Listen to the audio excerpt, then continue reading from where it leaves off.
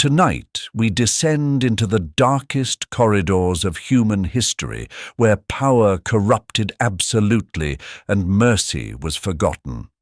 Close your eyes, dear listener, and let these tales of humanity's most sinister rulers guide you into the realm of dreams, where even the darkest stories become whispers in the night. Throughout the ages, some have worn crowns stained with blood, built thrones upon suffering, and ruled through terror. Their names echo through time not as warnings, but as reminders of what happens when evil finds its way to power. Let us walk together through these shadows, knowing that even the darkest night must eventually give way to dawn. Smoke billowed through Rome's ancient streets on that sweltering July night in 64 CE as flames leaped from wooden tenement to wooden tenement in the Subura district. While the Eternal City burned for 6 days and 7 nights, consuming 10 of its 14 districts, rumors spread faster than the fire itself. Where was their emperor? Some claim to have seen him on his palace tower, not organizing relief efforts, but singing his own compositions while accompanying himself on the lyre. Though historians debate whether Nero truly fiddled while Rome burned, the fiddle wouldn't exist for another 1,000 years. The image captured a fundamental truth about the young emperor. Nero Claudius Caesar Augustus Germanicus would indeed be remembered not for the artistic brilliance he so desperately craved, but as the ruler who turned catastrophe into opportunity, suffering into spectacle. Born on December 15th, 37 CE, in the coastal town of Antium, Nero entered the world as Lucius Domitius Ahenobarbus. His father, Gnaeus Domitius Ahenobarbus, was a man of violent temperament who once deliberately ran down a child with his chariot for sport. His mother, Agrippina the Younger, possessed ambition that knew no bounds, a descendant of Augustus who would stop at nothing to see her son wear the purple. From such poisonous roots, what flower could bloom but one of deepest crimson? The boy who would become Nero was raised in an atmosphere of conspiracy and murder. When he was just 2 years old, his mother was exiled by Emperor Caligula, her own brother, who feared her growing influence. His father died when he was 3, leaving the child in the care of his aunt, Domitia Lepida, who raised him among dancers and barbers rather than senators and soldiers. Perhaps it was here, in these humble surroundings, that young Nero first discovered his love for performance and the common people's applause. But Agrippina was not a woman to accept exile quietly. Through careful manipulation and strategic marriage to Emperor Claudius, her uncle, she clawed her way back to power. In 50 CE, she convinced the aging emperor to adopt her son, and Lucius Domitius Ahenobarbus became Nero Claudius Caesar. The path to the throne was being carefully paved with promises, threats, and eventually murder. On October 13th, 54 CE, Emperor Claudius died suddenly after eating a dish of mushrooms. The Roman historian Tacitus would later write that these were no ordinary mushrooms, but rather Caesar's mushrooms, a bitter jest about the poisoned fungi that Agrippina had allegedly served her husband. Within hours, the Praetorian Guard proclaimed the 16-year-old Nero as Emperor of Rome, while Britannicus, Claudius's biological son and rightful heir, was pushed aside. The early years of Nero's reign surprised everyone. Guided by the philosopher Seneca and the Praetorian prefect Burrus, the young emperor showed promise. He reduced taxes, provided disaster relief, and even banned capital punishment. He held poetry contests instead of gladiatorial games and dreamed of a Rome devoted to arts and culture rather than war. The people loved him, calling him the Apollo of Rome for his golden hair and artistic pretensions. But beneath this glittering surface, darkness stirred. Nero's relationship with his domineering mother began to fracture. Agrippina expected to rule through her son, but Nero had tasted power and found it intoxicating.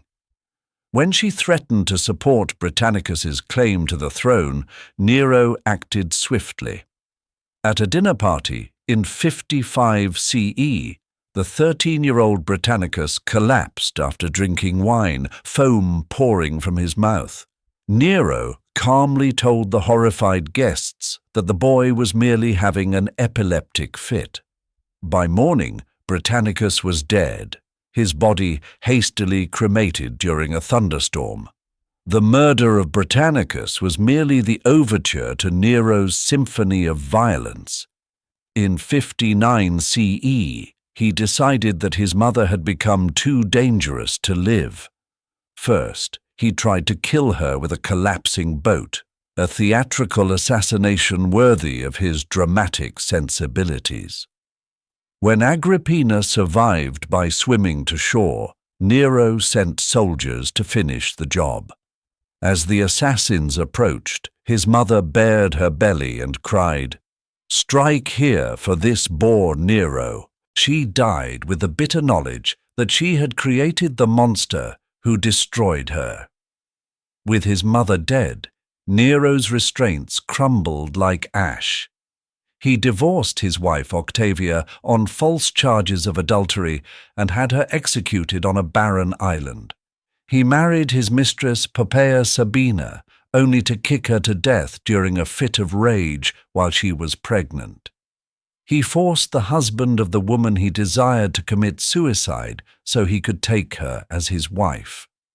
The Senate watched in horror but dared not act, for Nero's spies were everywhere and his vengeance was creative in its cruelty. Then came the Great Fire of Rome in July 64 CE. Whether Nero truly started it remains one of history's great mysteries, but he certainly used it to his advantage. As Rome burned, he opened his palaces to refugees and organized relief efforts.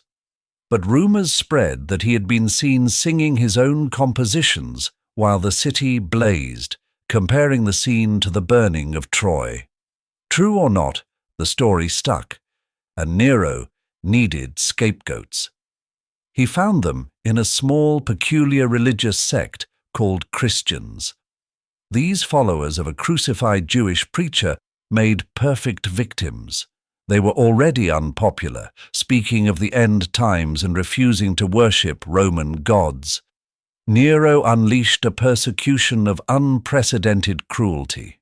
Christians were wrapped in animal skins and torn apart by dogs, crucified in his gardens, or turned into living torches to light his evening parties.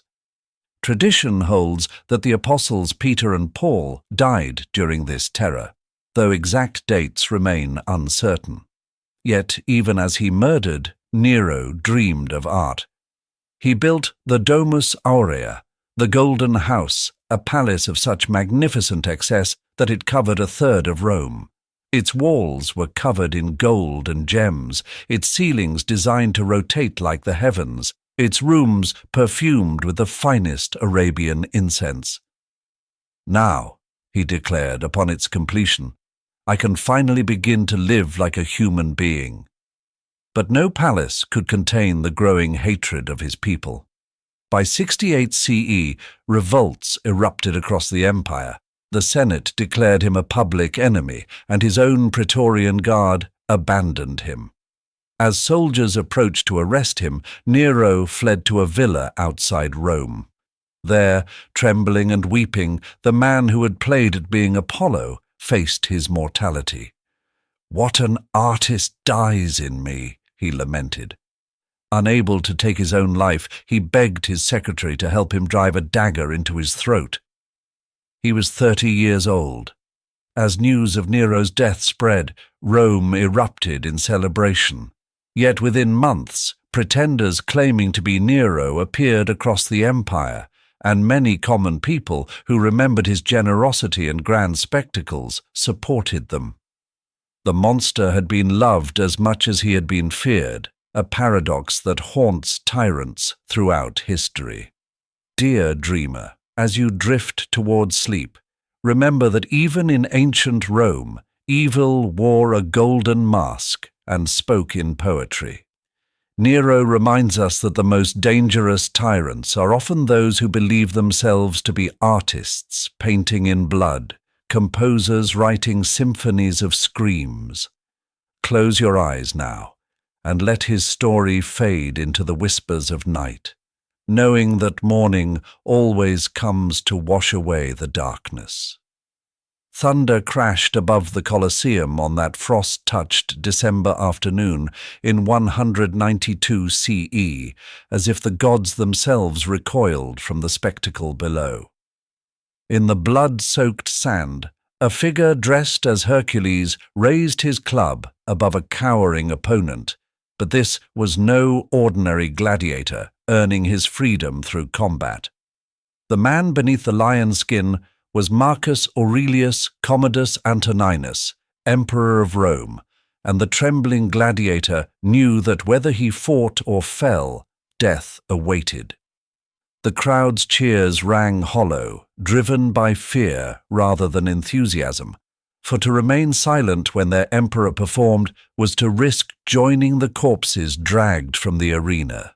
The philosopher king's son had transformed the imperial purple into a costume, the throne into a stage, and the empire into his personal playground of blood. Born on August 31st, 161 CE in Lanuvium, Commodus entered the world as twin to his brother Titus Aurelius Fulvus Antoninus, who died at age 4. Of the 13 children born to Marcus Aurelius and Faustina the Younger, Commodus alone survived to adulthood, a cruel joke of fate, for while his father embodied wisdom and stoic virtue, the son would represent everything antithetical to those ideals. The purple-born prince, first in nearly a century to be born in the purple to a reigning emperor, carried expectations of greatness that would mutate into delusions of godhood. His childhood was one of unparalleled privilege and careful education. The greatest minds of Rome tutored him in rhetoric, literature, and philosophy. His father, the last of the 5 good emperors, personally instructed him in governance and stoic principles. Yet young Commodus showed more interest in physical pursuits than intellectual ones. While Marcus Aurelius spent his nights writing his meditations, Commodus practiced swordplay and dreamed of glory in the arena. The seeds of obsession were planted early in soil, made fertile by unlimited power. At just 5 years old, Commodus was proclaimed Caesar, heir to the empire. By 14, he was given the title Germanicus for victories he had never won. At 16, he became co-emperor with his father, accompanying him on campaigns along the Danube frontier. It was there, in the military camps of Pannonia, that courtiers first noticed disturbing tendencies. He delighted in personally interrogating prisoners, showed excessive cruelty in punishments, and spent more time with gladiators than with generals. Marcus Aurelius, perhaps blinded by paternal love, hoped these were merely the excesses of youth.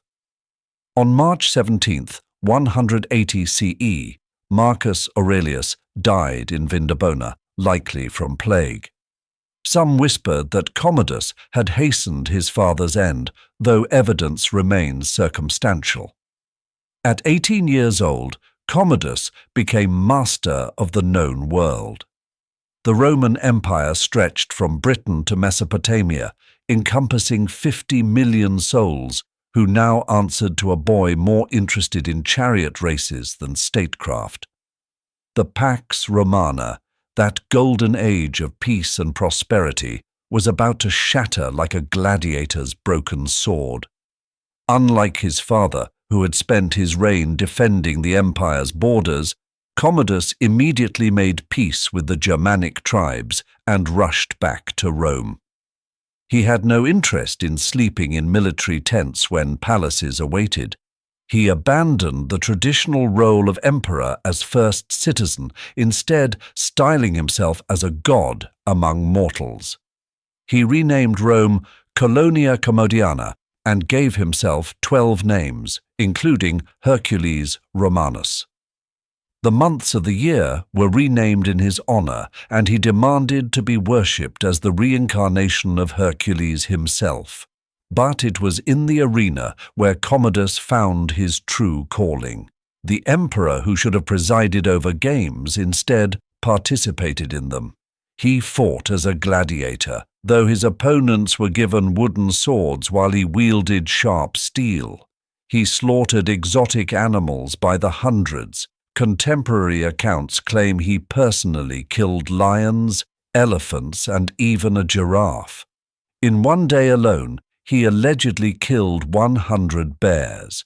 He charged the Roman treasury 1,000,000 sesterces for each appearance, bankrupting the state for his personal glory.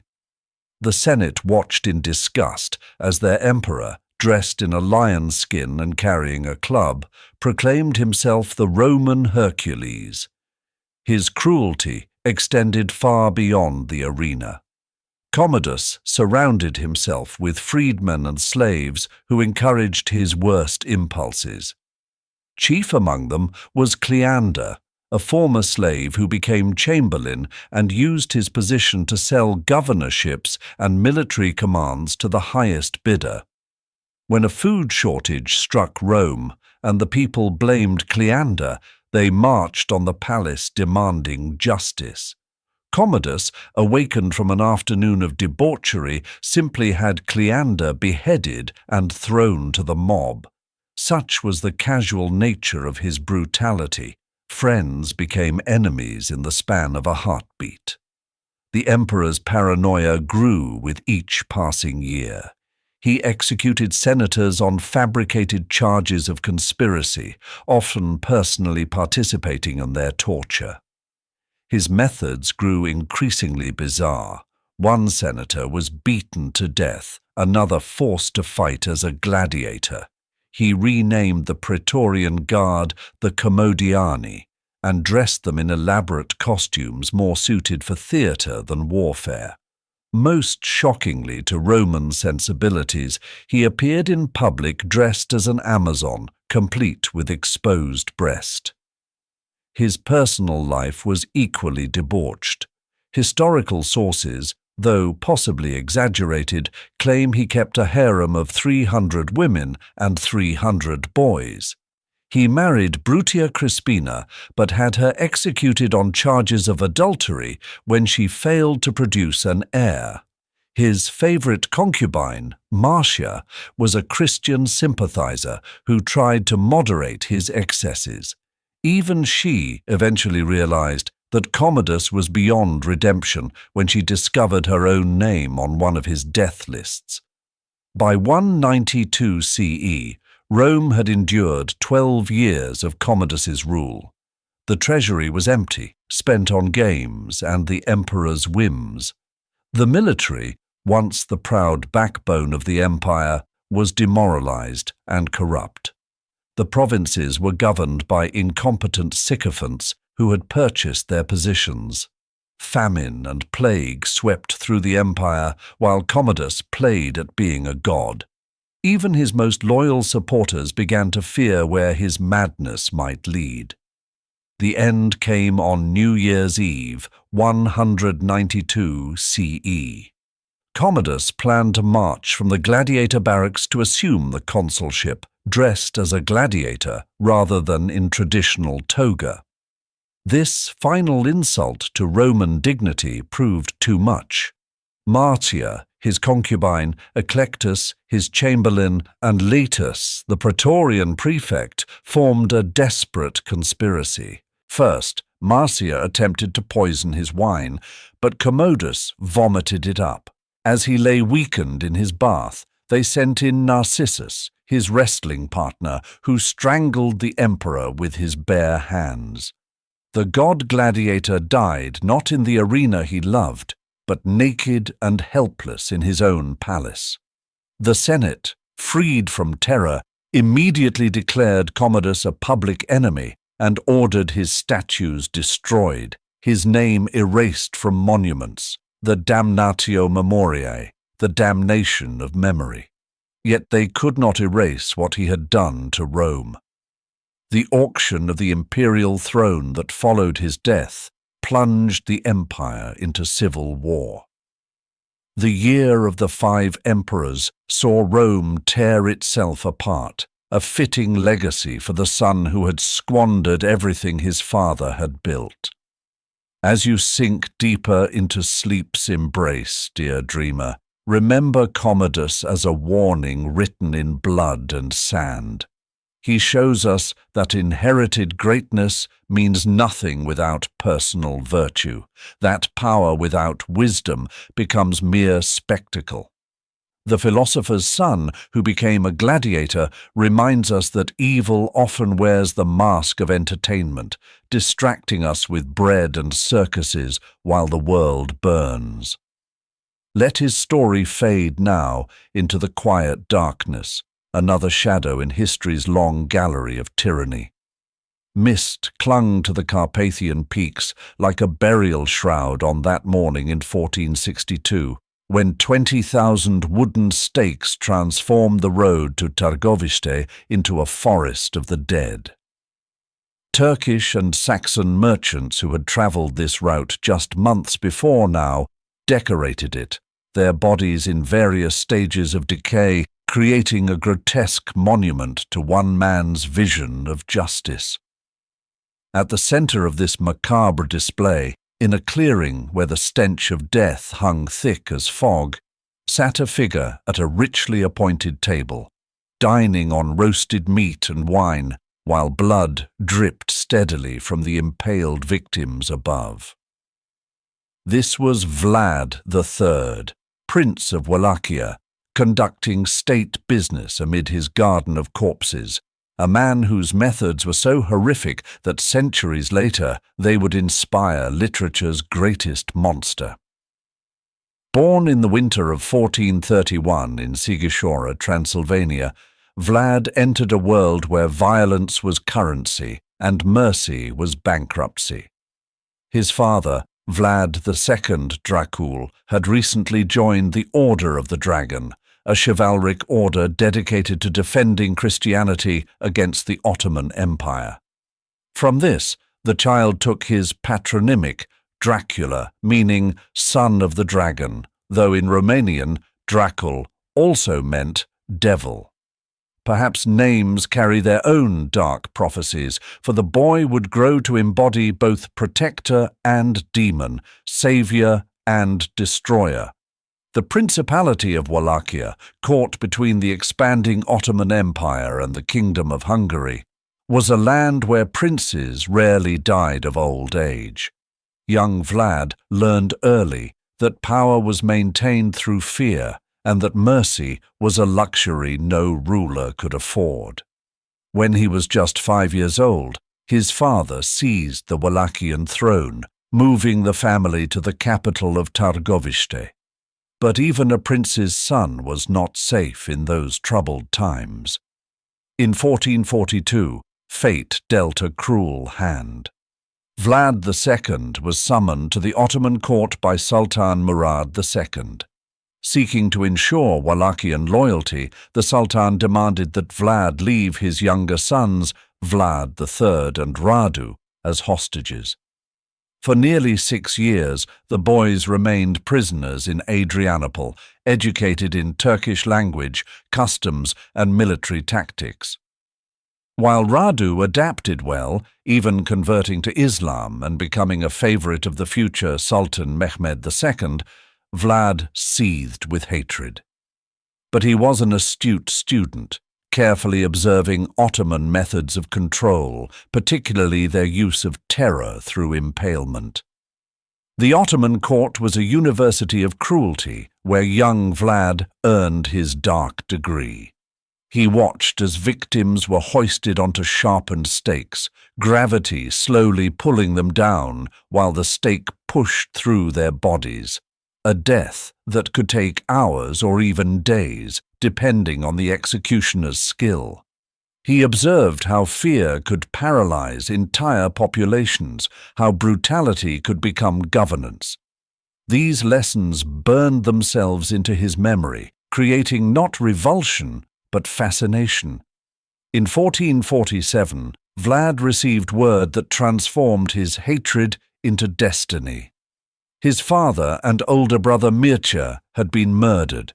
Vlad II killed by Wallachian nobles who supported Hungary, while Mircea was blinded with hot iron stakes and buried alive. The Ottoman Sultan, seeing an opportunity, released the 17-year-old Vlad and provided him with a small force to claim his father's throne. But this first reign lasted mere months before he was driven out by the same nobles who had killed his family. Vlad fled to Moldavia, then to Hungary, spending years in exile, his hatred crystallizing into elaborate fantasies of revenge. He returned in 1456, this time with Hungarian support, and seized the throne of Wallachia once more. What followed was a carefully orchestrated campaign of terror that would make his name synonymous with cruelty for centuries to come. His first act revealed both his cunning and his cruelty. He invited the nobles who had opposed his family to an Easter feast, playing the gracious host until the wine flowed freely. Then he asked them how many princes had ruled during their lifetimes. When they proudly answered that they had seen many princes come and go, Vlad had them arrested. The older nobles were impaled immediately outside the palace, their screams providing entertainment for the rest of the feast. The younger ones were marched to the ruins of Poenari Castle and forced to rebuild it stone by stone until their fine clothes fell from their bodies, and they died of exhaustion. Vlad's preferred method of execution gave him his epithet, Tsepesh, the Impaler. But he elevated this ancient punishment into an art form of terror. He experimented with different stake sizes and shapes, sometimes oiling them to prolong the agony, other times ensuring a swift death as a reward for cooperation. He created forests of stakes arranged in geometric patterns, circles, squares, and lines of writhing bodies that turned execution grounds into galleries of suffering. Contemporary accounts, though possibly exaggerated, describe mothers impaled with their infants on the same stake, merchants arranged by height, and entire families displayed together. But impalement was far from his only tool. Chronicles of the time describe a catalogue of horrors: skinning alive, boiling in oil, nailing turbans to the heads of Ottoman envoys, who refused to remove them in his presence, forcing relatives to cannibalize each other. One story tells of a golden cup placed at a public fountain. No one dared steal it during his reign, so absolute was the terror he inspired. Another speaks of him burning the sick, poor, and disabled alive in a hall, declaring afterward that he had ended poverty and illness in his land. His war against the Ottoman Empire was particularly savage. When Sultan Mehmed II, conqueror of Constantinople, invaded Wallachia with an army of 90,000 men in 1462, Vlad could muster barely 30,000. Instead of meeting them in open battle, he employed scorched earth tactics and psychological warfare. The pinnacle came when Mehmed's army discovered what became known as the Forest of the Impaled, a sight so horrific that even battle-hardened Ottoman soldiers reportedly vomited.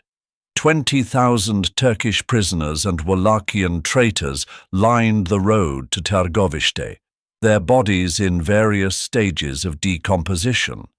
The Sultan, who had seen the walls of Constantinople fall, reportedly turned back, declaring that he could not take the land from a man who could do such things. Yet Vlad's cruelty extended to his own people with equal fervor.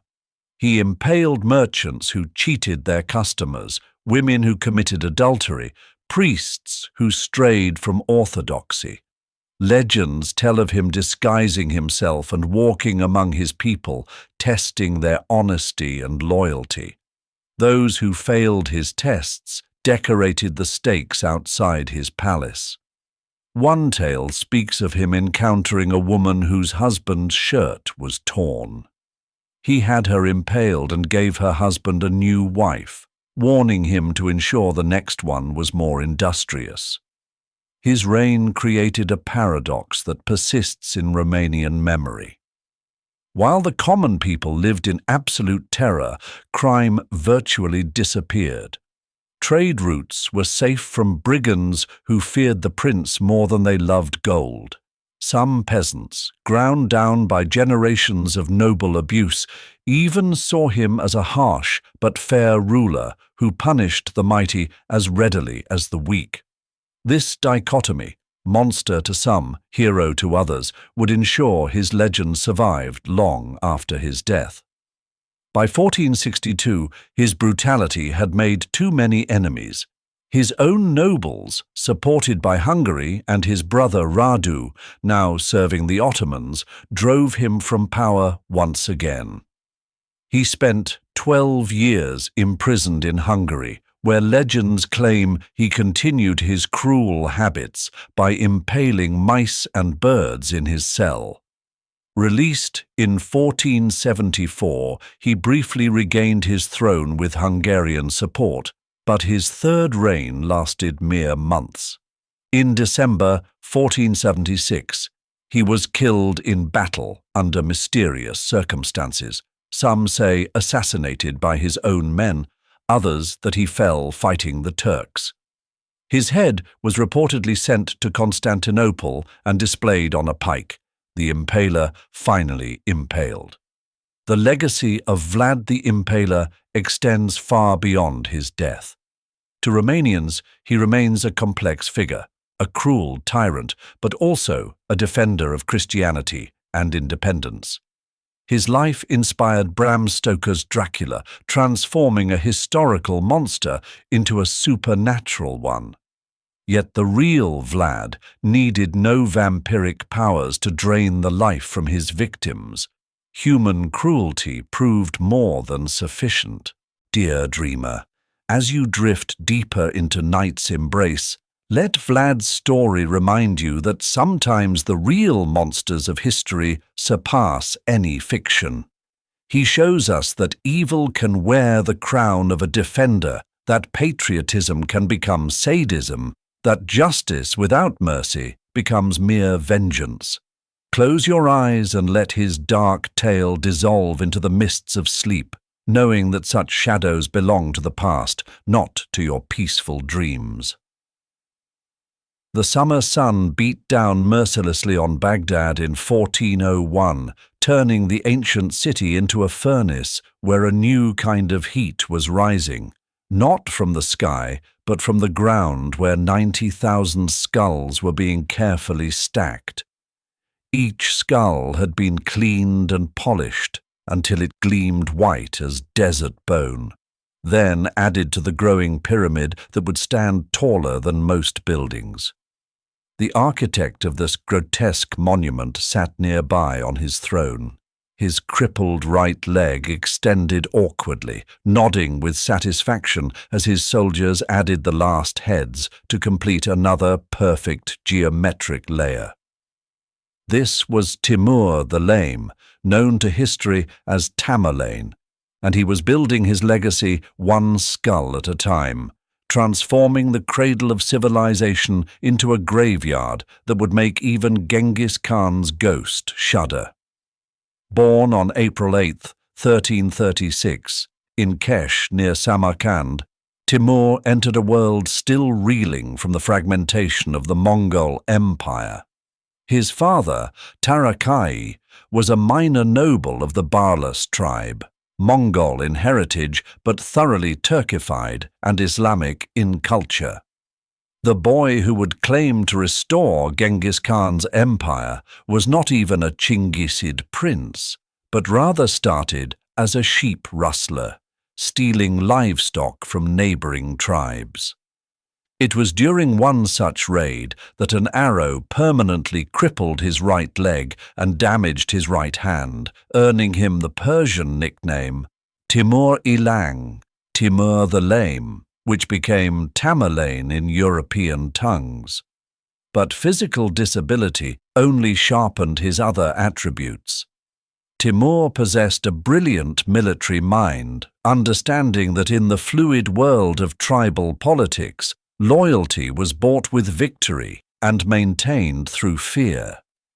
Unlike many warlords of his time, he was literate in Persian and Turkish, showed an appreciation for architecture and poetry, and could discuss theology with Islamic scholars.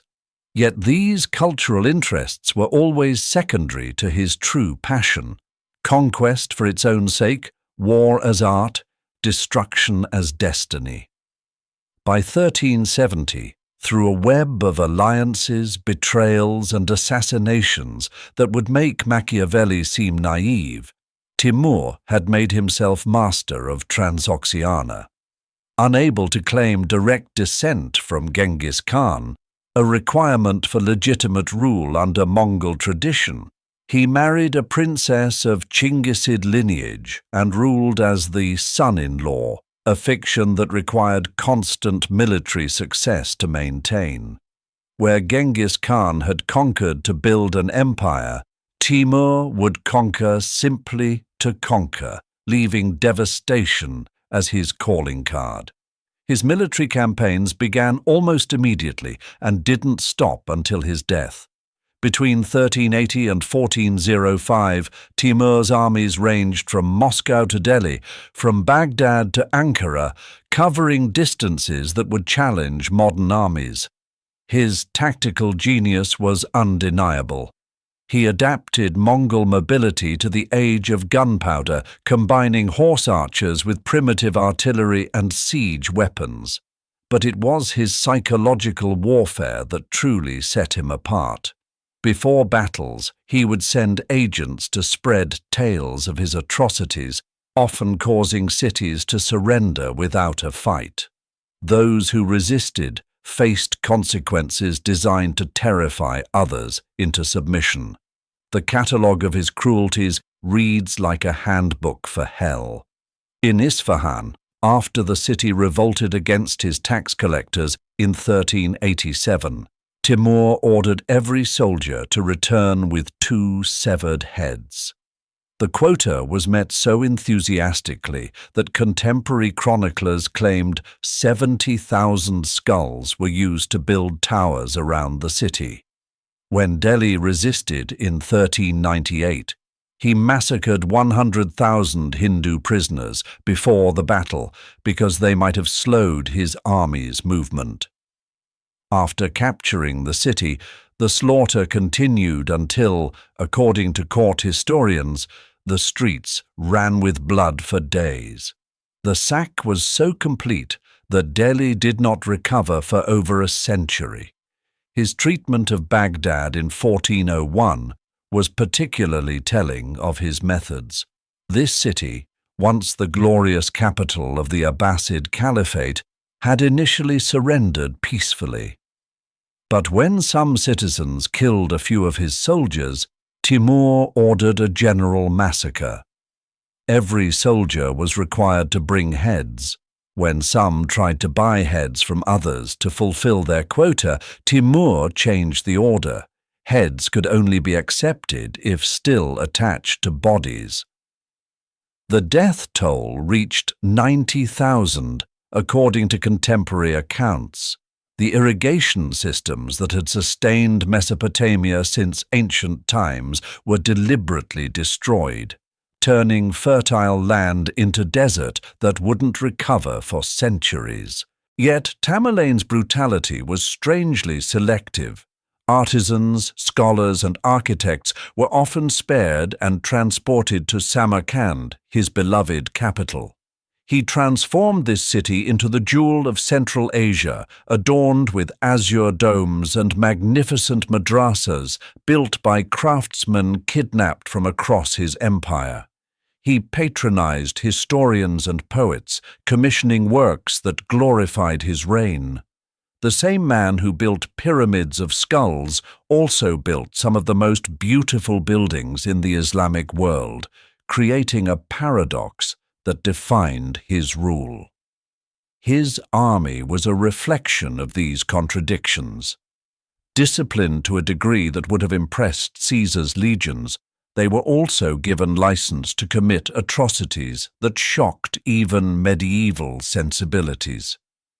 Timur led from the front despite his disability, carried into battle on a litter when he could no longer ride.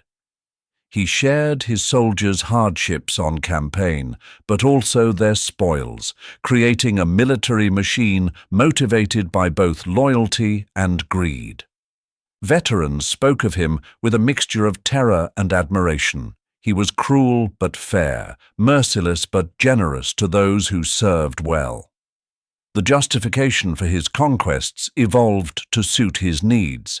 Initially, he claimed to be restoring the Mongol Empire, but as his realm expanded into Muslim lands, he styled himself as the Sword of Islam, punishing heretics and pagans.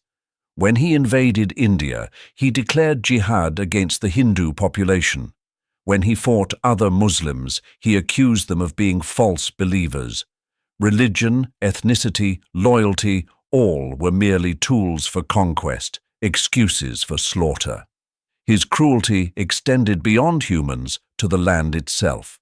Cities that resisted were not just conquered, but obliterated. He sowed salt in fertile fields, destroyed ancient irrigation systems, and depopulated entire regions.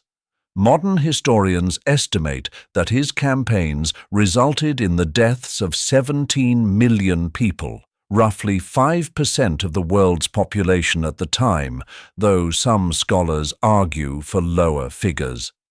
Some areas of Persia and Central Asia did not recover their pre-Tamerlane population levels until the 20th century.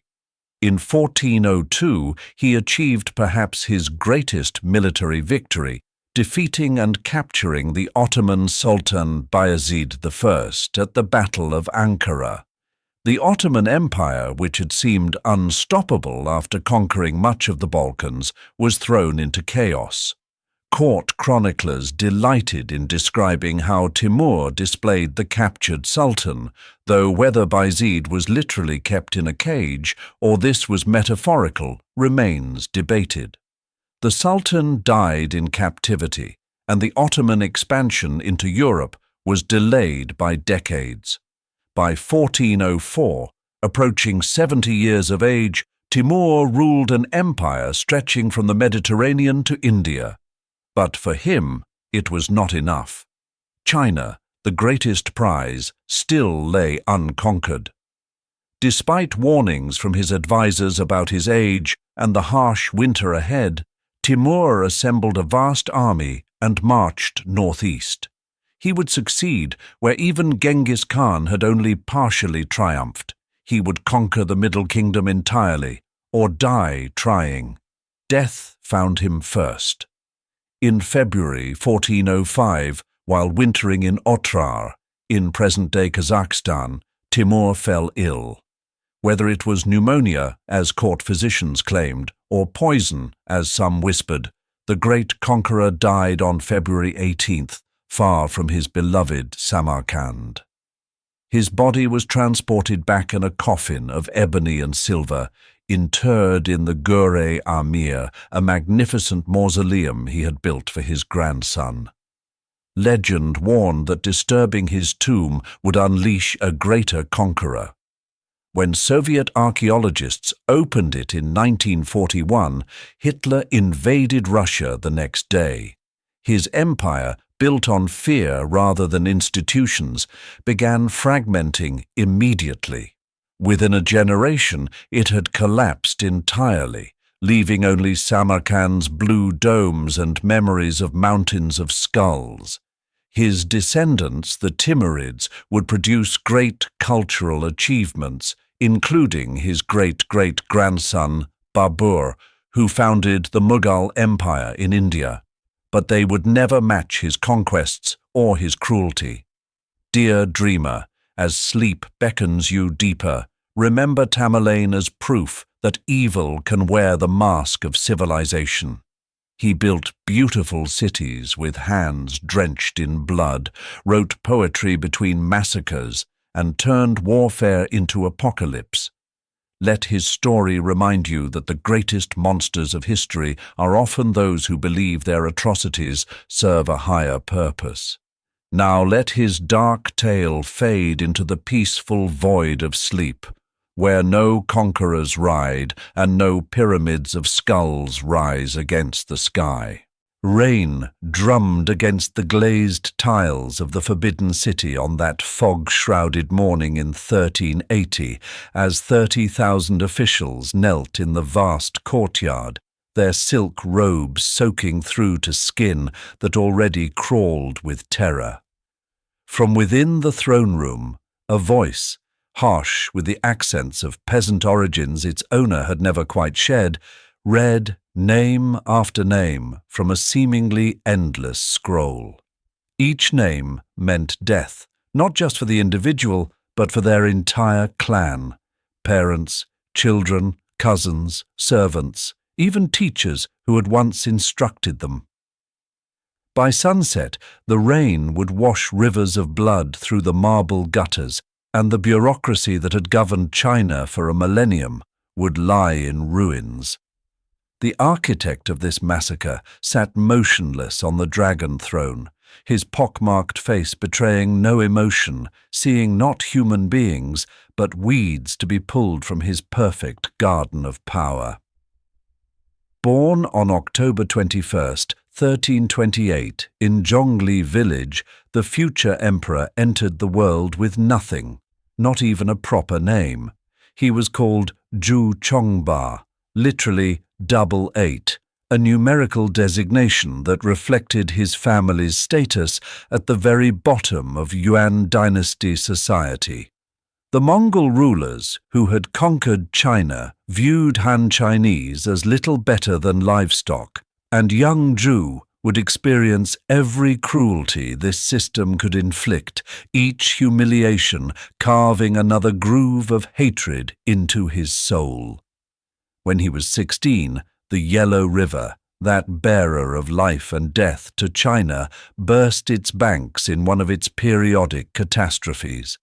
The resulting floods brought famine and plague that swept through Anhui province like the scythe of death. Within weeks, his parents and eldest brother were dead, their bodies too numerous for proper burial. Too poor to afford coffins or even burial land, Zhu wrapped their corpses in straw mats and left them on a hillside for the elements to claim. His remaining brothers scattered to beg in different directions, knowing they would likely never meet again. Alone and starving, Zhu sought refuge in a Buddhist monastery, not from spiritual calling, but because monasteries sometimes fed the desperate. Even this meagre sanctuary proved temporary. The monastery itself ran out of food, forcing Zhu to spend 3 years as a wandering beggar. These years branded images into his memory that would later fuel his reign of terror. Families selling children for a handful of grain, corpses left unburied in ditches, local officials growing fat while peasants gnawed tree bark. He saw the complete breakdown of the social order that Confucius had promised would protect the weak, and learned that in chaos, only the strong and ruthless survived. In 1352, Zhu joined the Red Turban Rebellion, one of many uprisings against the failing Yuan dynasty. The movement mixed Buddhist millenarianism with Han nationalism, promising to restore Chinese rule and bring about an earthly paradise. Zhu quickly distinguished himself through natural intelligence, strategic brilliance, and utter ruthlessness. Unlike many rebel leaders who came from the gentry, he understood the common people's rage because he shared it. But he also understood that rage alone didn't win wars. Organization, discipline, and the willingness to do what others wouldn't, these were the keys to power. What separated Zhu from other warlords was his systematic approach to conquest. He recruited Confucian scholars to legitimize his rule, even as he privately despised their class privilege. He implemented land reform in conquered territories, winning peasant support. Most importantly, he eliminated rivals with a thoroughness that shocked even hardened warriors. Former allies who showed any independence were invited to banquets and poisoned. Their families were exterminated to prevent revenge. By 1368, through a combination of military genius and murderous politics, he had destroyed the Yuan dynasty and proclaimed himself Emperor of the Ming, taking the reign name Hongwu, vastly martial. The peasant boy who had begged for scraps now ruled the most populous nation on earth, but power brought no peace to his tortured psyche. If anything, it amplified his paranoia and cruelty. Having seen how the Mongols had been corrupted by Chinese luxury, he imposed a puritanical regime that would have impressed the strictest Confucian moralist. Court ceremonies were simplified, officials required to wear plain robes. The emperor himself wore patched clothing to demonstrate frugality. But this humility masked a growing madness. The patches on his robe were silk, the simplicity enforced by terror. His reforms were revolutionary in scope and brutality. He abolished the position of chancellor, which had existed for over 1,500 years, concentrating all power in his own hands. The civil service examination system was reorganized to emphasize absolute loyalty over competence. He created the Embroidered Uniform Guard, a secret police force that monitored not just actions but thoughts, turning the entire empire into a vast surveillance state. Children were encouraged to report on parents, students to denounce teachers. A careless word at a family dinner could doom entire lineages. The purges began almost immediately. Former rebel commanders who had helped him gain the throne were accused of treason and executed along with their extended families. The pattern was always the same. A trusted general would be accused of plotting rebellion, tortured into confession, then killed along with everyone connected to him. Conservative estimates suggest 15,000 died in these early purges, though some scholars argue the number was twice that. But these were merely rehearsals for the grand performance to come. The horror truly began with the Hu Weiyong case in 1380. Hu, his chancellor and once trusted advisor, was accused of plotting with foreign powers. Whether true or fabricated, and most historians believe the latter, Hongwu used it as pretext to launch the greatest purge in Chinese history. Over the next decade, the definition of guilt expanded like ripples in a poisoned pond. Anyone who had ever worked with Hu was suspect. Then anyone who knew anyone who had worked with Hu. Then anyone who had met anyone who knew anyone who had worked with Hu. The methods of execution varied with the emperor's mood. Simple beheading was considered merciful. Many faced death by 1,000 cuts, where flesh was methodically sliced from the living body. Others were boiled alive, torn apart by horses, or buried alive. But most horrifying was the practice of zumi-jizu, exterminating 9 degrees of kinship. This meant executing not just the accused, but their entire extended family. Parents, grandparents, children, grandchildren, siblings, uncles, aunts, cousins, and even in-laws. Babies were dashed against stones, elderly relatives dragged from their beds. Some estimates suggest 100,000 people died in the Hu-Wei-Yong purge alone, though exact numbers were deliberately obscured. Hongwu's paranoia extended to language itself. The literary inquisitions targeted writers whose work could be interpreted as criticism. A poem mentioning autumn winds might be seen as lamenting the dynasty's decline. The character for thief in any context could be construed as referring to the emperor's rebel origins. Thousands of scholars were executed for such literary crimes, their works burned, their names erased. The cultural atmosphere became so poisonous that writers developed an elaborate code, hiding meaning behind meaning, creating a literature of fear. Yet this same tyrant also implemented reforms that genuinely improved millions of lives. He redistributed land from aristocrats to peasants, reduced taxes on the poor, and built extensive irrigation systems. He established schools in rural areas and created a legal code that, while harsh, was more equitably applied than previous systems. The man who murdered scholars also commissioned vast encyclopedias to preserve knowledge. These contradictions reflect not mercy tempering cruelty, but rather the complexities of absolute power wielded by a deeply damaged psyche. His family life was equally marked by violence and paranoia. He had numerous consorts and 26 sons, but treated them more as potential threats than children. His eldest son and designated heir, Zhu Biao, was one of the few people he seemed to genuinely care for, perhaps seeing in him a chance for the dynasty to escape his own demons. When Zhu Biao died in 1392, possibly from the stress of witnessing his father's atrocities, something in Hongwu finally broke completely.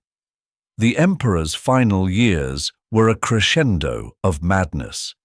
He ordered the execution of his most successful generals, Lan Yu and Fang Sheng, along with their extended networks, another 40,000 deaths according to court records. He became obsessed with his own mortality, consulting Taoist alchemists for immortality elixirs while simultaneously planning elaborate tomb defenses. He trusted no one. Food tasters died regularly from poison that existed only in his imagination, and court officials learned to wear thick padding under their robes to survive the beatings he dispensed for minor infractions. On June 24, 1398, the Hongwu emperor died at age 69. The cause remains unclear, perhaps illness, perhaps mercury poisoning from his immortality potions, perhaps simple exhaustion from carrying so much hatred for so long. His death was kept secret for days, while officials debated how to announce it without triggering another purge from beyond the grave. He was buried in the Purple Mountain near Nanjing, in a tomb protected by traps that killed many of the workers who built it. One final massacre to mark his passing.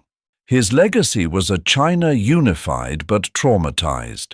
The Ming dynasty he founded would last nearly 3 centuries, but it never recovered from its founder's reign of terror.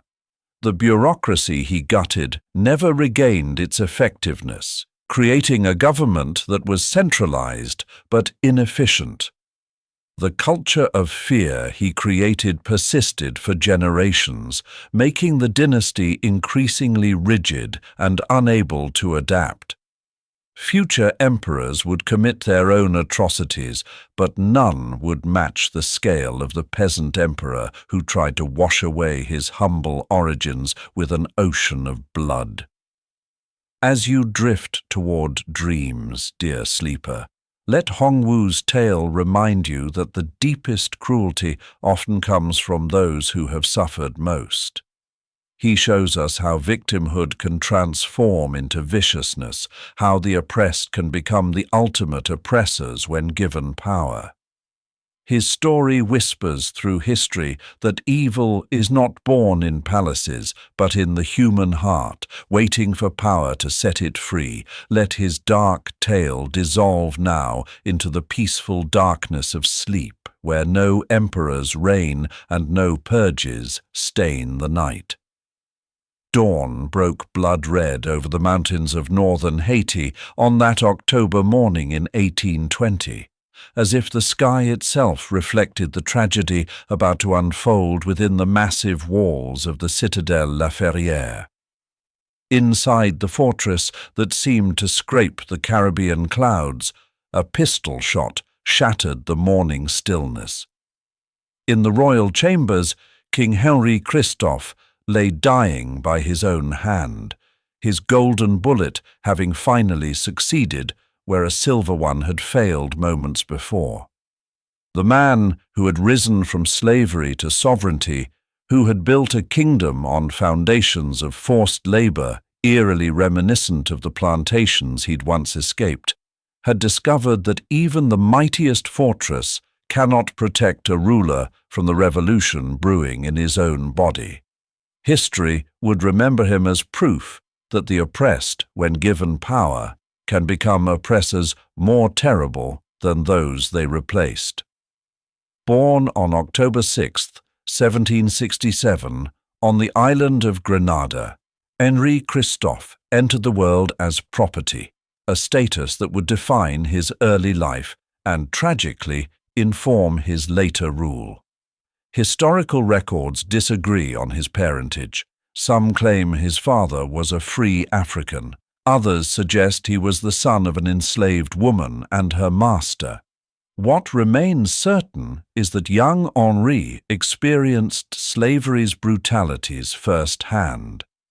When he was about 12, he was brought to Saint-Domingue, modern Haiti, then France's most profitable colony, its wealth built on sugar, coffee, and the broken backs of 500,000 enslaved Africans. Saint-Domingue in the 1780s was a carefully orchestrated hell. The colony produced more wealth than all of Britain's North American colonies combined, but this prosperity rested on a system of cruelty so elaborate it had its own vocabulary. The Code Noir prescribed specific punishments for specific infractions, brandings, mutilations, and executions carried out with bureaucratic precision. Young Henri witnessed enslaved people buried alive for rebellion, burned with boiling sugarcane for theft, left to die in iron masks for attempting escape. These images carved themselves into his consciousness, creating a reservoir of rage that would one day overflow with terrible consequences. By the time revolution erupted in 1791, Christophe had somehow gained his freedom and was working as a hotel manager in Cap Français. When enslaved people across the colony rose up in coordinated rebellion, the only successful slave revolt in history, Christophe's literacy, organizational skills, and burning hatred of the plantation system quickly elevated him through the revolutionary ranks. He served under Toussaint Louverture with distinction, proving himself particularly skilled in guerrilla warfare against the French forces sent to restore slavery. But Christophe was always more than just a soldier. He understood that defeating slavery required not just military victory, but psychological transformation. He insisted his troops address each other as citizen, rejecting the colonial terms of degradation. He studied European military tactics obsessively, believing that to defeat European powers, Africans must master European methods. When Napoleon sent a massive expedition in 1802 to restore slavery, Christophe initially attempted negotiation, believing accommodation possible. Only when French treachery became undeniable did he return to armed resistance, helping to inflict the defeats that would force France to abandon its most profitable colony. Following independence in 1804, Haiti split between rival leaders. Christophe controlled the north, while Alexandre Pétion ruled the south. Their visions for Haiti's future were radically different. Pétion favored land distribution and individual freedom, while Christophe believed only disciplined collective effort could secure Haiti's survival in a hostile world. In 1811, Christophe took the fateful step of declaring himself King Henri I, creating a nobility from former slaves with titles that European observers mocked: Duke of Marmalade, Count of Limonade, Baron of Dondon. They missed the point entirely. These titles, derived from local place names, were deliberate assertions of Haitian identity, transforming sites of slavery into marks of nobility. Yet this assertion of black dignity came at a horrific price.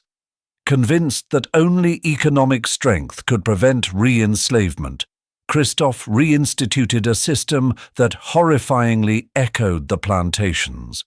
The Code Henri mandated that all citizens work, tying peasants to land they couldn't leave. Those who resisted faced punishments eerily familiar: floggings, imprisonment, execution. Christophe justified this by arguing that temporary suffering would ensure permanent freedom, that Haiti must prove itself equal to European nations or face reconquest. The man who had known the lash now wielded it, believing that liberation required its own form of bondage. His construction projects embodied this tragic paradox. The Sans-Souci Palace, built to rival Versailles, proclaimed Haiti's arrival as a civilized nation. Its gardens, fountains, and European artwork were meant to silence those who claimed black people were incapable of creating high culture. But it was built by forced labor, with workers driven so relentlessly that many died of exhaustion. The Citadelle La Ferrière, his masterpiece, was even more ambitious. A fortress so massive it could supposedly house 10,000 defenders, with walls 130 feet high and 16 feet thick, containing enough supplies to withstand years of siege. The human cost of the citadel remains disputed. Popular legend claims 20,000 died building it, their bodies mixed into the mortar, a number likely exaggerated but reflecting a deeper truth about the fortress's bloody construction. What's certain is that thousands perished hauling massive stones and cannons up mountain paths, working in conditions that differed from slavery mainly in name. When workers collapsed, they were replaced. When they complained, they were punished. The fortress meant to protect Haitian freedom was built on Haitian suffering. Christophe's court became a surreal mirror of European absolutism rendered in Caribbean context. He established a nobility complete with elaborate ceremonies and rigid etiquette. Courtiers who failed to show proper deference faced public humiliation or worse. He created a state religion with himself as head. Mandatory education focused as much on obedience as literacy, and a culture of surveillance where citizens were encouraged to report suspicious behavior. The kingdom had all the trappings of European monarchy, but none of its organic development. It was autocracy imposed by will rather than evolved through tradition. His economic policies showed similar contradictions. The forced labor system did generate wealth. Agricultural exports increased, currency stabilized, and the royal treasury filled. Christophe used these funds to build schools, import teachers, and create infrastructure. He established a printing press, published books in Creole as well as French, and insisted on education for all children, revolutionary policies for the time. But this progress came through methods indistinguishable from slavery. Peasants who had fought for freedom found themselves working under the gun. Their protests that this wasn't the liberty they died for met with accusations of laziness and sabotage. The kingdom's military reflected Christophe's obsessions. He created an army modelled on European forces with elaborate uniforms, strict discipline, and constant drilling. Soldiers were well paid and respected, but also subjected to harsh punishments for infractions. He built a series of fortifications throughout the kingdom, each requiring forced labor to construct and maintain. The military was both the kingdom's pride and its burden, consuming resources that might have improved civilian lives while standing ready for an invasion that never came. By 1820, the contradictions became unsustainable. Years of forced labor had created widespread resentment. The very education Christophe promoted produced a generation that questioned his methods. When he suffered a stroke that left him partially paralyzed, which he interpreted as divine punishment, rebellions erupted throughout the kingdom. His own generals, tired of his increasingly erratic demands, wavered in their loyalty. The fortress he'd built to protect Haiti from foreign enemies couldn't protect him from his own people. On October 8, 1820, as rebel forces approached the citadel, Christophe made his final decision. Dressed in full military regalia, he shot himself with a silver bullet. When it failed to penetrate his skull, he used a golden one, maintaining royal prerogative even in death. His attendants, fearing the body would be desecrated, reportedly buried him in quicklime within the citadel's walls. His kingdom collapsed immediately, the north reuniting with the south under a republican government. The palaces and fortresses he'd built with such suffering became monuments not to glory but to the corrupting nature of absolute power. His legacy remains painfully complex. The citadel still stands as an architectural marvel, now a UNESCO World Heritage Site and symbol of Haitian independence. Tourists admire its massive walls and stunning views, rarely thinking of the thousands who died building it. In Haiti, Christophe is remembered with deep ambivalence, a patriot who preserved independence, but also a tyrant who betrayed revolution's promise. He proved that liberation and oppression can coexist, that yesterday's victims can become today's victimizers, that the mental chains of slavery can persist long after physical ones are broken.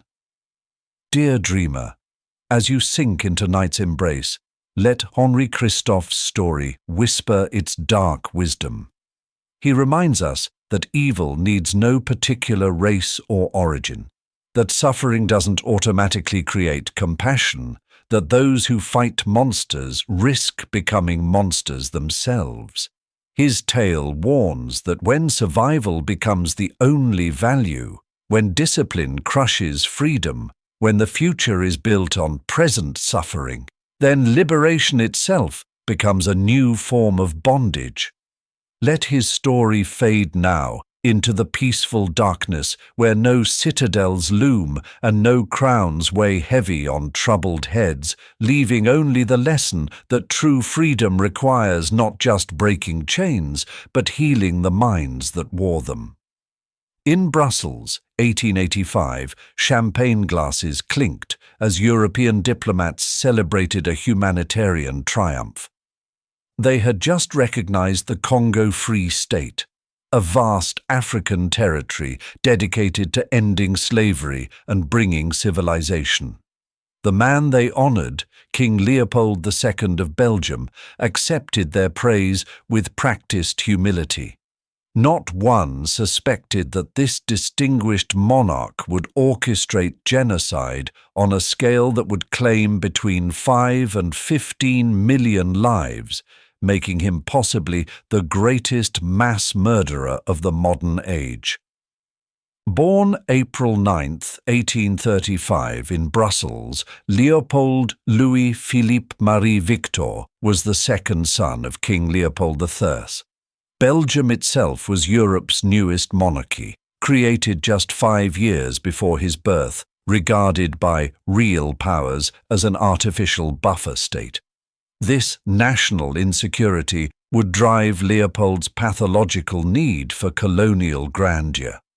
Awkward and unloved, with a massive nose that made him a cartoonist's dream, he grew up collecting maps of unclaimed territories while other princes collected art. His fascination with colonies met constant rejection.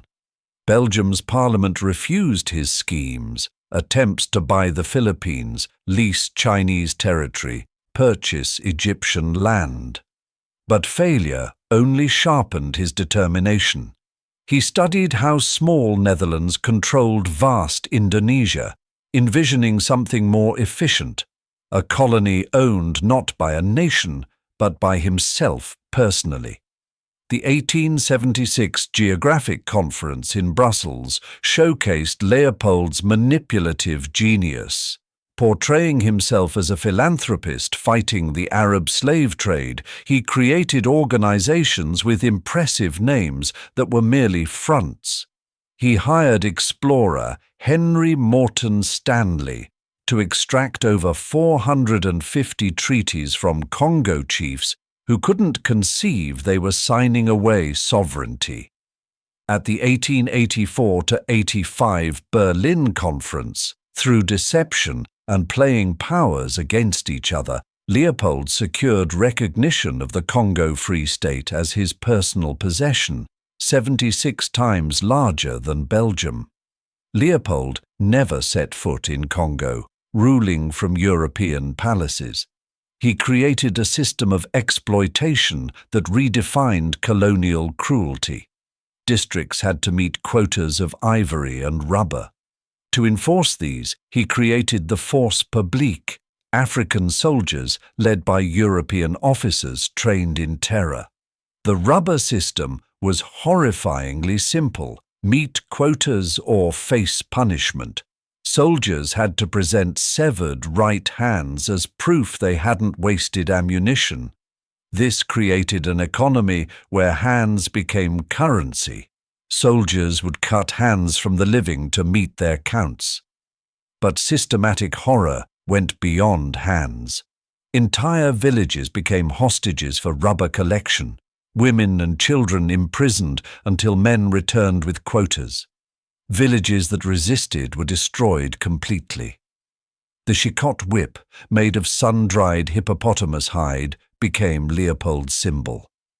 25 lashes could permanently maim, 50 often killed. As rubber profits soared, Leopold earned today's equivalent of over $1 billion. The human cost mounted catastrophically. Congo's population fell by millions through murder, starvation, disease, and flight. Leopold maintained his humanitarian facade through masterful propaganda, funding museums and urban beautification with blood money. But truth emerged through missionaries' photographs of mutilated Congolese. E.D. Morel exposed ships carrying only weapons to Congo while returning laden with riches. Images of handless children appeared in newspapers worldwide. International pressure forced Leopold to sell Congo to Belgium in 1908, receiving compensation for his sacrifice. He died December 17, 1909, unrepentant, having burned archives to hide evidence. Leopold's ghost haunts Congo still. The violence he institutionalized, the societal destruction, the generational trauma, all contributed to ongoing chaos.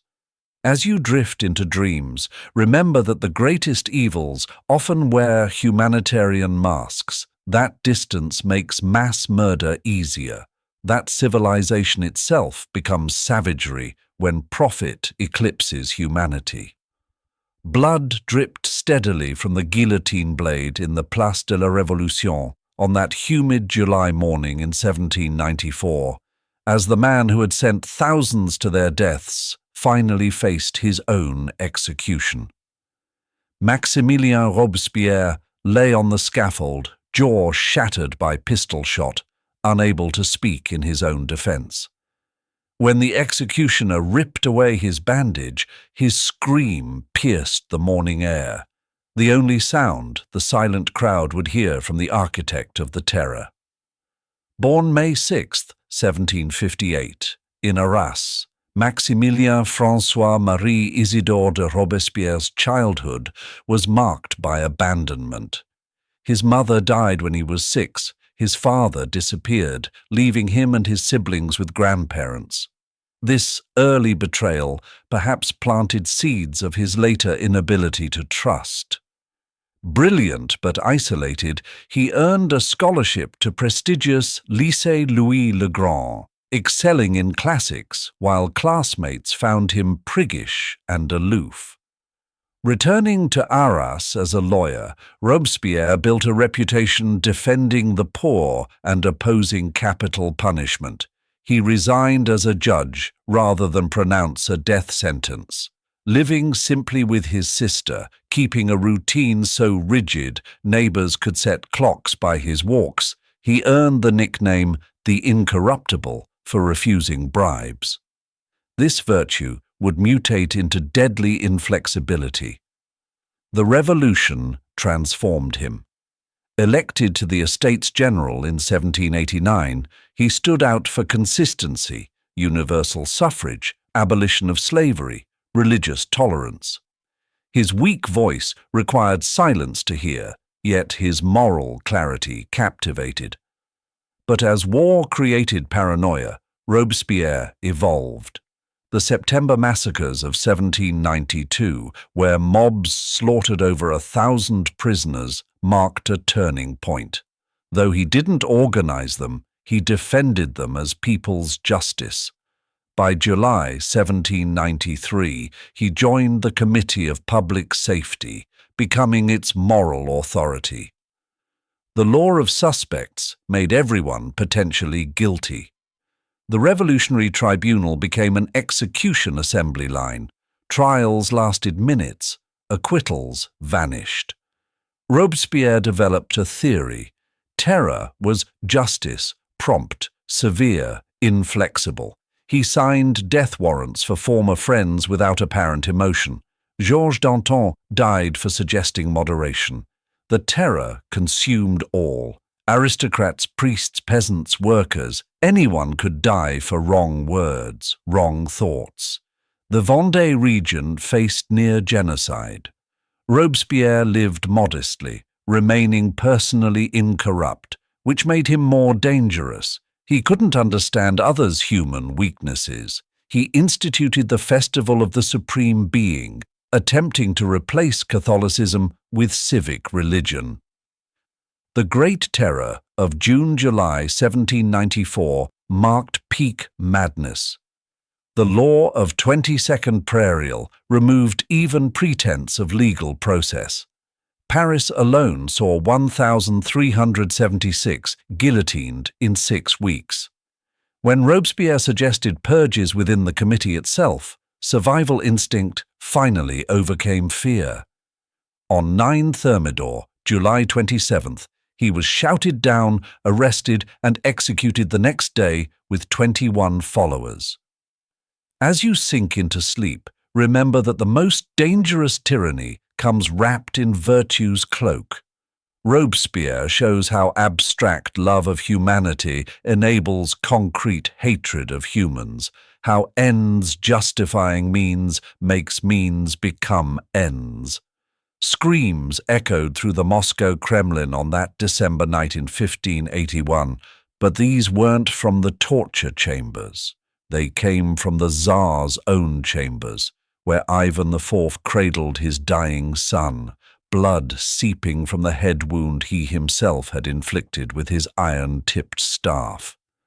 The man who had tortured thousands now wept over the heir he'd murdered in blind rage, alternating between grief and accusations that the boy had plotted against him. Born August 25th, 1530, Ivan entered a world of Byzantine cruelty masked by orthodox piety. His father, Vasily III, died when Ivan was 3.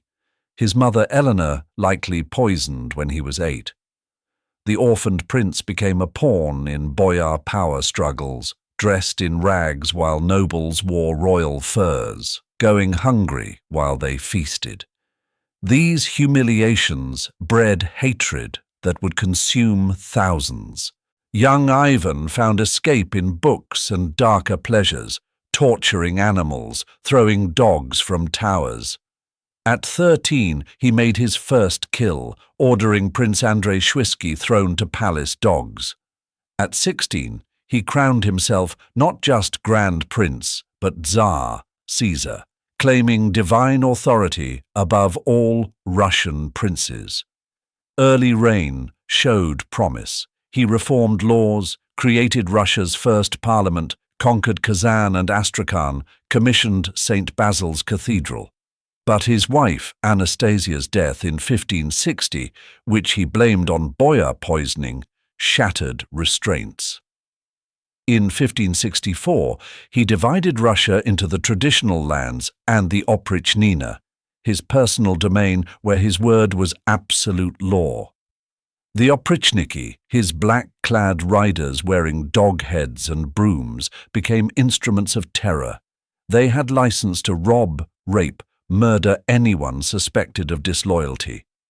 Ivan personally participated in tortures, inventing new methods, skinning alive, boiling in oil, impaling. The Novgorod massacre of 1570 saw thousands systematically destroyed over 5 weeks, based on dubious treason evidence. Yet Ivan remained obsessively religious, prostrating before icons until his forehead bruised, composing hymns between torture sessions. This combination of piety and sadism created uniquely Russian tyranny. His paranoia eventually consumed his own family, beating his pregnant daughter-in-law until she miscarried, then killing his son who defended her. By his 1584th death, Ivan had transformed Russia. He broke hereditary boyars, established that all Russians were the Tsar's slaves, expanded territory enormously, but depopulated vast regions. The time of troubles following his death was his true legacy. Russians remember him with disturbing ambivalence. Grozny means formidable more than terrible. Some still see him as a strong ruler who crushed enemies, enabling new tyrannies on old foundations. Let Ivan's tale remind you that childhood trauma can metastasize into adult monstrosity, that unchecked power corrupts catastrophically, that those who rule by fear become fear's greatest slaves. April 30th, 1945. Soviet shells crashed into Berlin's ruins as the man who promised a 1,000-year Reich pressed a Walter pistol to his temple in a concrete bunker.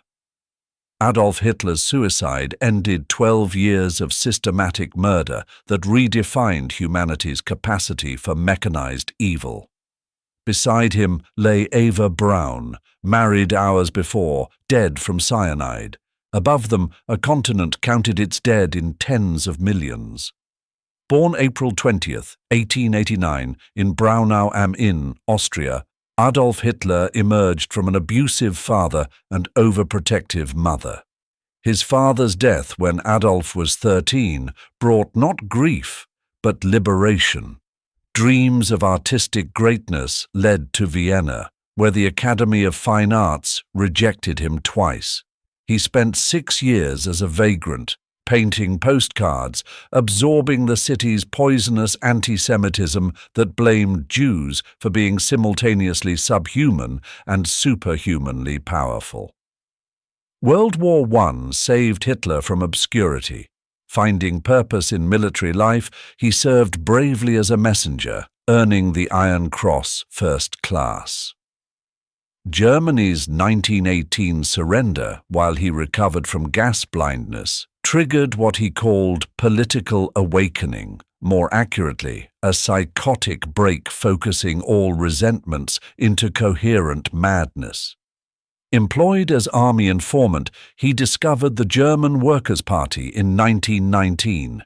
His speaking gift emerged, beginning quietly, building to screaming crescendos that channeled audience rage.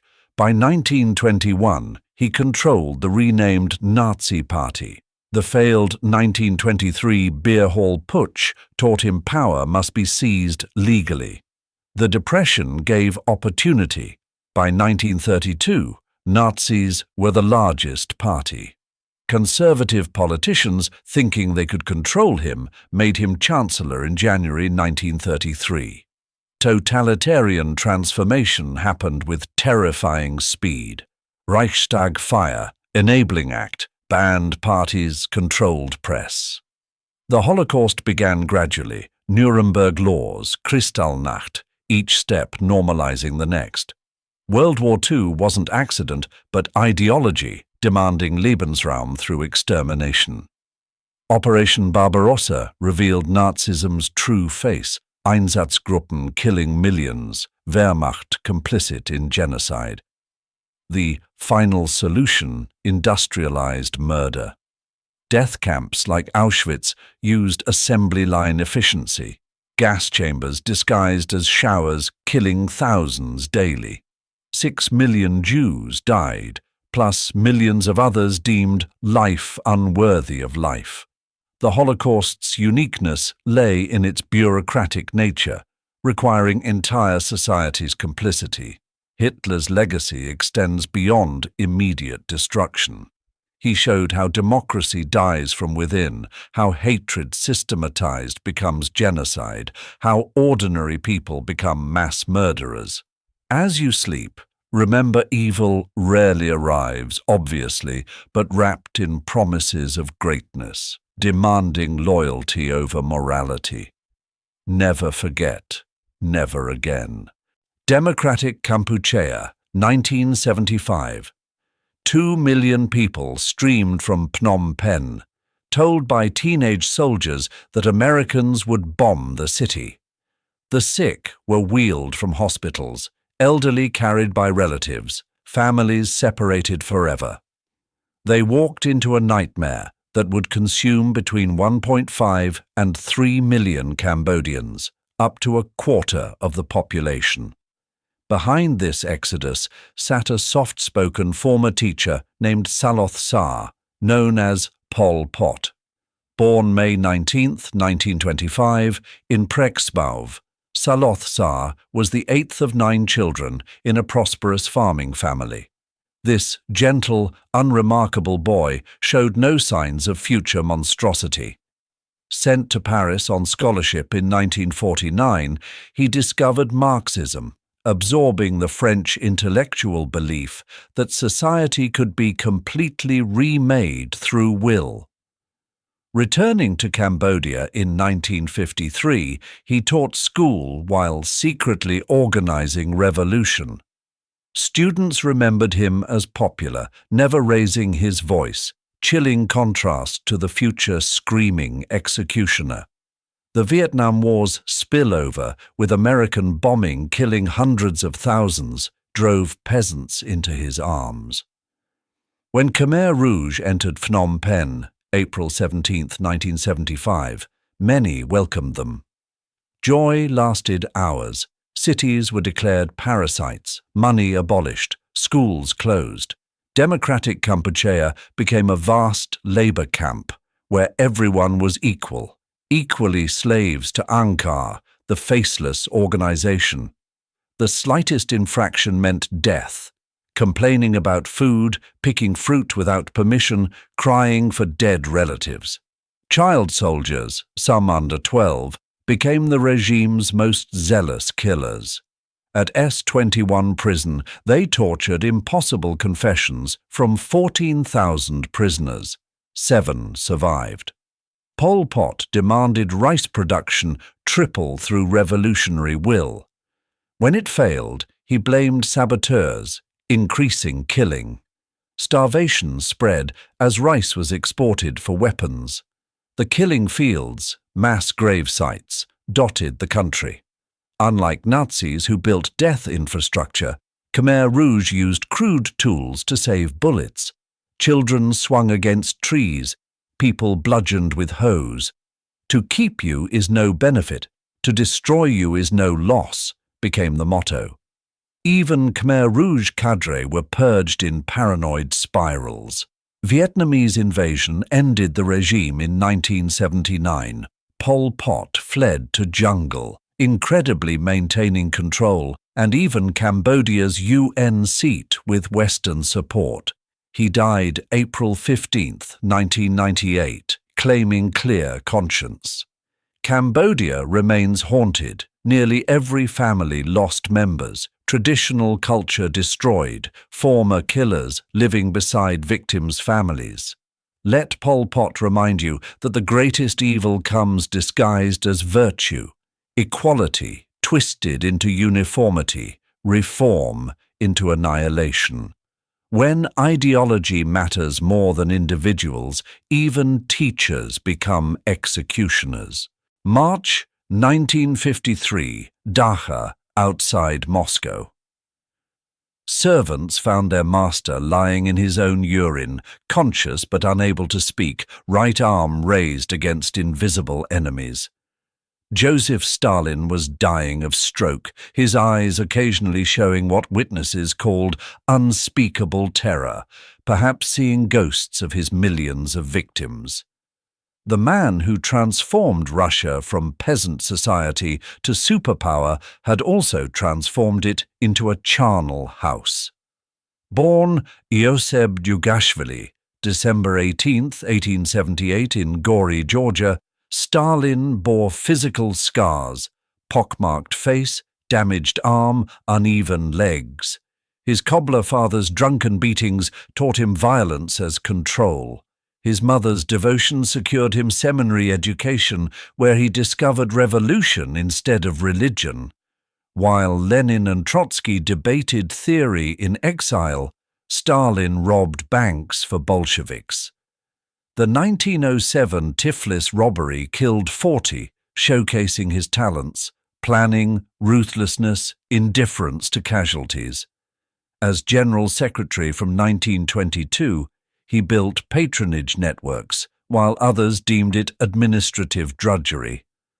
When Lenin tried removing him, Stalin suppressed the warning. Lenin's 1924 death triggered power struggles Stalin won through cunning. By 1929, he ruled absolutely. Collectivization declared kulaks enemies, deporting millions to Siberia. The resulting famine, especially Ukraine's Holodomor, killed 3.5 to 7 million. Stalin knew reports of cannibalism reached his desk. He sealed borders, preventing escape. The Great Terror of 1936 to 38 turned Soviet Union into vast prison. Show trials of old Bolsheviks preceded society-wide paranoia. NKVD worked around the clock, arrest quotas assigned like production targets, approximately 750,000 executed, millions sent to Gulag. Military decapitated just before World War II. Stalin's personal cruelty matched political brutality. He humiliated subordinates, arrested their wives while they continued serving. His wife's suicide after public humiliation only increased his paranoia. When his son was captured by Germans, Stalin refused prisoner exchange, letting him die. Post-war paranoia reached new heights. Doctor's plot, Leningrad affair, planned deportations including all Soviet Jews. He died March 5, 1953, before implementing final purges. Estimates vary, 20 million deaths or more. Unlike Hitler's defeat, Stalin died victorious, his empire intact.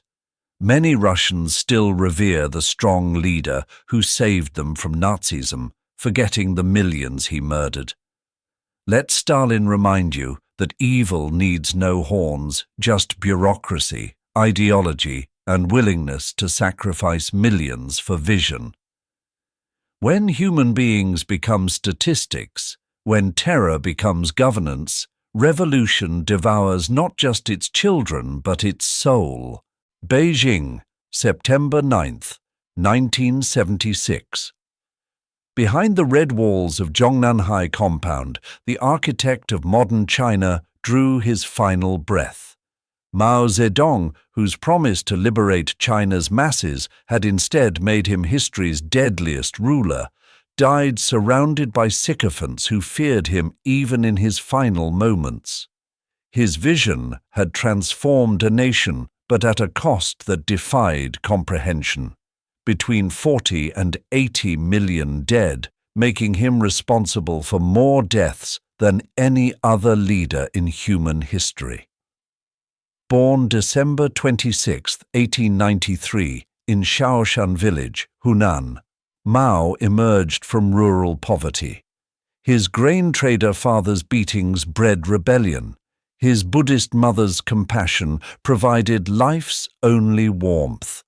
This childhood dichotomy would echo throughout his rule, claiming to champion the oppressed while oppressing them beyond imagination. A voracious reader of Chinese classics, especially peasant rebellion tales, Mao found structure for his rage in Marxism. At the 1921 Communist Party founding, he was a minor delegate. His heretical insight, that Chinese revolution must come from peasants, not workers, proved correct. The Long March of 1934 to 35 transformed him from marginal figure to supreme leader through political maneuvering that eliminated rivals. Victory in 1949 brought absolute power. Land reform killed 1 to 2 million landlords, but the Great Leap Forward, 1958 to 62, revealed his capacity for destruction. Decreeing China would surpass Britain in steel production through revolutionary will, he collectivized agriculture and demanded backyard furnaces. Peasants melted tools to meet quotas while fields went unharvested. The resulting famine killed 15 to 45 million. Mao knew, but said it was better to let half the people die so the other half can eat their fill. The Cultural Revolution, 1966 to 76, was history's strangest attempt to destroy civilization from within. Mobilizing youth as Red Guards to destroy four olds, students tortured teachers, children denounced parents, ancient culture was obliterated. Perhaps 1 million died in struggle sessions and chaos. Mao created personality cult, making Stalin's seem modest. His portrait in every home, his thoughts the only permitted ideology. He died peacefully after transforming China through methods that killed more than World War II. His embalmed corpse still receives visitors in Tiananmen Square. China's economic miracle came only after abandoning his economics, yet the party maintains he was 70% correct. His legacy haunts China: capitalist economy, Leninist politics, Maoist symbolism. And so, dear dreamer, our dark journey through history's shadows draws to its close. From Nero's burning Rome to Mao's starving China, we've walked with monsters wearing crowns, witnessed evil dressed in ideology, seen paradise's promise pave hell's road. Yet these tales serve sacred purpose, standing as sentinels warning of paths we must not take. Each tyrant began as a child. Each monster once dreamed innocent dreams. Their transformations remind us evil is made, not born, shaped by choices compounding until return becomes impossible. In your dreams tonight, let these dark lessons transform into light. Where Hitler preached hatred, dream tolerance. Where Stalin sowed suspicion, envision trust. Where Pol Pot destroyed knowledge, imagine wisdom flourishing. Their failures become your teachers, their cruelties your compass toward kindness. History's tyrants achieved the immortality they craved, but as warnings, not glory. When we see freedom threatened, demagogues rising, hatred masquerading as patriotism, we invoke their names, never again. Sleep knowing morning follows the darkest night. These tales of humanity's worst illuminate humanity's best, those who resisted, who helped victims, who chose differently. The same species producing these monsters also produced poets, healers, builders. Tomorrow you'll wake carrying wisdom from history's darkest chapters. May these stories steel your resolve to choose well, stand against tyranny, be light, holding back darkness. The tyrants are dead, their empires dust, but you live with potential for good they squandered on evil. That's history's verdict, humanity's victory. We remember monsters not to honor, but to ensure they never rise again. Rest well, dream deeply, wake ready to write a better chapter in humanity's endless story. Sweet dreams, dear traveler of history's darkest paths. May your sleep be undisturbed, your rest complete, and your awakening filled with hope for a better world.